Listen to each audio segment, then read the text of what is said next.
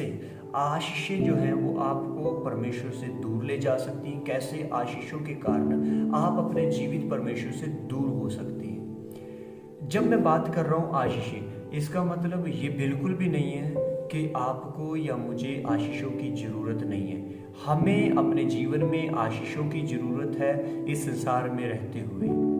पर जो मैं बात करना चाहता हूँ वो इसके बारे में है कि आशीषें हमारी ज़िंदगी को बर्बाद कर सकती हैं और कर भी रही हैं।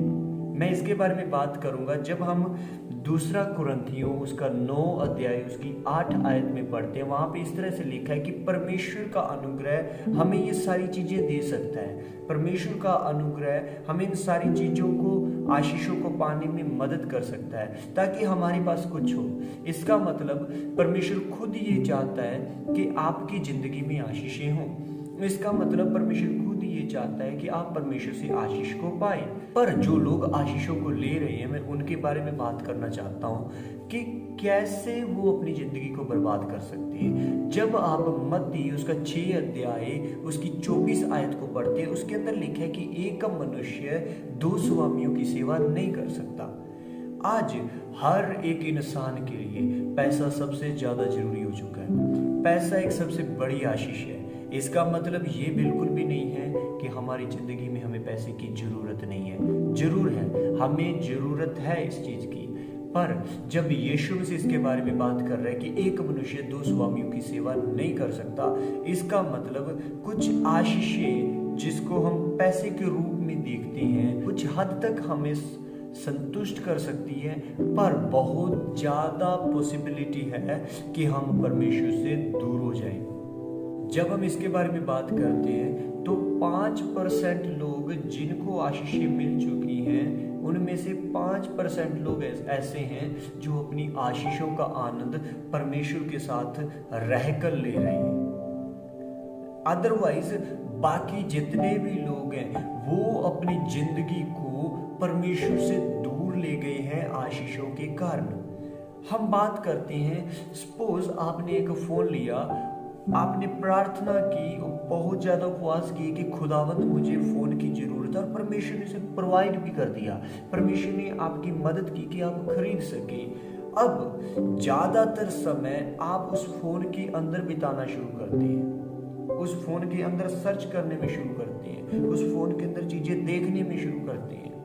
अब जब आप सबसे ज्यादा समय उसके अंदर व्यतीत कर रहे हैं, या आपने गाड़ी लिया उसके अंदर अपने समय को व्यतीत कर रहे हैं, या बहुत सारी ऐसी चीजें हैं जो परमेश्वर की तरफ से हमें मिलती हैं, और पर हम उन चीजों के अंदर बहुत ज्यादा समय व्यतीत करना शुरू कर देते हैं, जिसके कारण वो हमारे आत्मिक जीवन को इतना नीचे ले जाता है, इतना नीचे ले जाता है जहाँ पे हम समझ नहीं पाते हैं कि हम आ कहाँ पर गए हैं।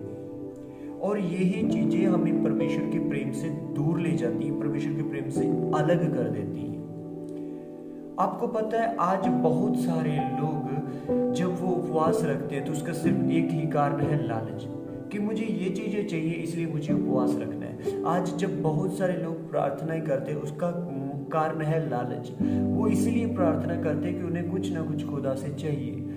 आज real meaning of fasting nobody knows. बहुत सारे लोग जब उपवास करते हैं उनको पता नहीं वो उपवास किस लिए करना चाहिए और किस लिए वो कर रहे हैं।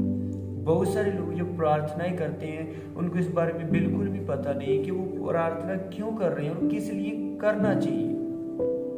बस लगे पड़े हैं। कारण क्या, हमें कुछ ना कुछ परमेश्वर से चाहिए, और ये चाहत जो है, ये जो लालच है कि मुझे परमेश्वर से कुछ चाहिए, ये आपकी जिंदगी को बर्बाद करता है, ये आपके रिश्ते को खराब करता है। कारण क्या है, हमें यीशु मसीह ने एक बहुत बड़ा उदाहरण दिया कि उपवास या प्रार्थना करने का मतलब है परमेश्वर के साथ समय व्यतीत करना, परमेश्वर को जानना। प्रार्थना करने के द्वारा आप अपने स्वर्गीय परमेश्वर से बात करते हैं, परमेश्वर को जानने की कोशिश करते हैं। जब मैं ये बात कर रहा हूँ इसका मतलब ये बिल्कुल नहीं है कि आप अपनी जो संसारिक चीजें हैं या आशीषों के लिए प्रार्थना नहीं कर सकते। हमें उन चीजों के लिए प्रार्थना करनी है। बाइबल बताता है कि हम उन चीजों के लिए प्रार्थना कर सकते हैं, पर जब हम उसे अपनी जिंदगी का मेन पॉइंट रख के बयान करते हैं कि मुझे सिर्फ इसी के लिए ही परमेश्वर के सामने आना है, परमेश्वर के पास आना है, तो ये चीजें आपकी जिंदगी को बर्बाद बर्बाद करती हैं। याद रखें, जब आप परमेश्वर के पास आते हैं तो इस भावना से आए कि परमेश्वर आपकी प्रार्थनाओं को सुन के उत्तर देगा, वो आपकी जिंदगी में काम करेगा। उन सारी आशीषों से बढ़कर मुझे मेरा परमेश्वर जरूरी है, मुझे उसके साथ रिश्ता जरूरी है, मुझे उसे जानना है। आशीषें मुझे चाहिए, आशीषें मेरी जिंदगी में जरूरी हैं, पर उन सब से बढ़कर मुझे परमेश्वर जरूरी है। उन सब से बढ़कर मुझे परमेश्वर की चाहत होना जरूरी है।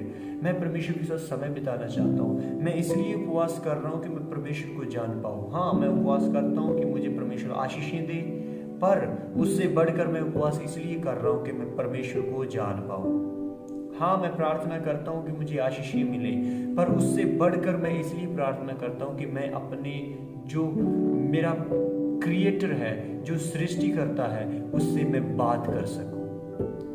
तो अगर आप भी ऐसे मसीही हैं जिनके जीवनों में आशीषें आ चुकी हैं, पर वो उन आशीषों के बारे में जान नहीं पा रहे, उन्हें किस तरह से उनके साथ समय व्यतीत करें या उनके अंदर किस तरह से रह के वो परमेश्वर के आनंद को, परमेश्वर के प्यार को महसूस करें, तो ये समय है पश्चाताप करने का। अगर परमेश्वर ने आपकी जिंदगी में आशीष दी है तो उस आशीष के ऊपर ज्यादा ध्यान लगाने की बजाय आप अपना ध्यान परमेश्वर के ऊपर लगाएं। अगर आप परमेश्वर से कुछ चाहते हैं, उस चीज के ऊपर ध्यान लगाने से ज्यादा आप अपना ध्यान परमेश्वर के ऊपर लगाएं, क्योंकि परमेश्वर सबसे ज्यादा जरूरी है। आशीषें जरूरी हैं, पर परमेश्वर से ज्यादा नहीं। पर अगर आप अपना ध्यान आशीषों के ऊपर लगा के रखेंगे या आशीषों के पीछे भागने में लगाएंगे, तो ये आपकी जिंदगी को पूरी तरह से बर्बाद कर देगी। ये आपके आत्मिक रिश्ते को जो परमेश्वर के साथ है पूरी तरह से बर्बाद कर देगी। तो मैं कहना चाहता हूँ, पश्चाताप करें ताकि परमेश्वर आपकी जिंदगी में काम करे।